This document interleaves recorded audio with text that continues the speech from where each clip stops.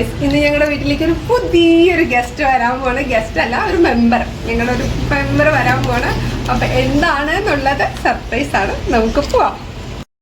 പോയിക്കൊണ്ടിരിക്കുകയാണ്. ഇവിടുന്ന് ഒരു 2-2.5 മണിക്കൂർ ട്രാവലിംഗ് ഉണ്ട്. മൂവാറ്റുപുഴയ്ക്കാണ് നമ്മൾ പോകുന്നത്.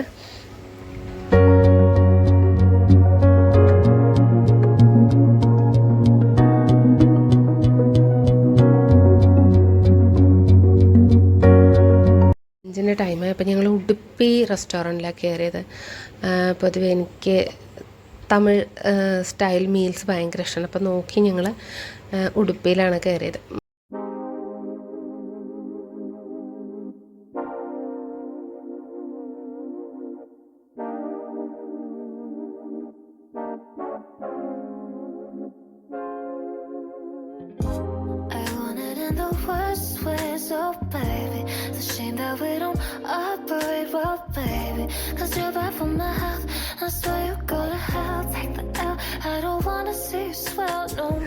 അപ്പം ഞങ്ങൾ എത്താറായി.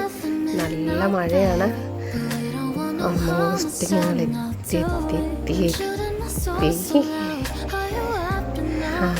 ഇതാണ് വീട്. അപ്പം നമ്മളവിടെ എത്തി. നല്ല മഴയാണ്. അപ്പം ഞങ്ങളുടെ പുതിയ മെമ്പറുടെ അടുത്തേക്ക് പോവുകയാണ്. നിങ്ങൾക്ക് മനസ്സിലായി കാണുമെന്ന് വിചാരിക്കുന്നു. കണ്ടോ ഇതാണ് ഞങ്ങളുടെ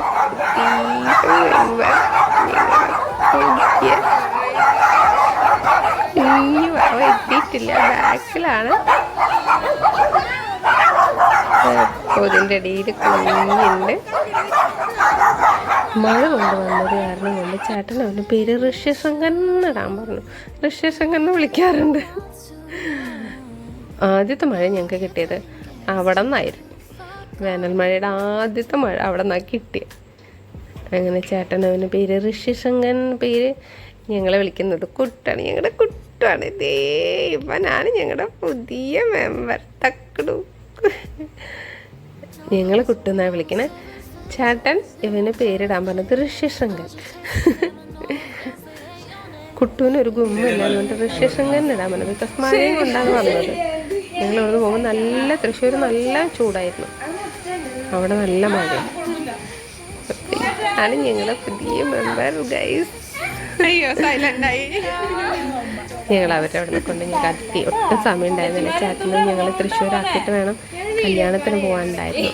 അപ്പം ഞങ്ങൾ അധികം ഒന്നും നിന്നില്ല അവിടെ. അപ്പോൾ അവൻ്റെ വളർത്തമ്മയ്ക്ക് ഭയങ്കര വിഷമമായിരുന്നു. അപ്പം ഞങ്ങളൊന്നും സംസാരിച്ചില്ല. അവർ കരഞ്ഞു തുടങ്ങി. അപ്പം പിന്നെ ഞങ്ങൾ പെട്ടെന്ന് പോന്നു. അങ്ങനെ ഞങ്ങൾ അവനെ എടുത്തിട്ട് കാര്യമായിട്ട് നോക്കിക്കൊണ്ടിരിക്കുക, ആരാ പുതിയ ആൾക്കാരെ എന്നൊക്കെ നോക്കുക. അപ്പം ഇതാ കയറി ഞങ്ങളുടെ വീടെത്തി. മെമ്പർ വീട്ടിലേക്ക് വരുന്നു.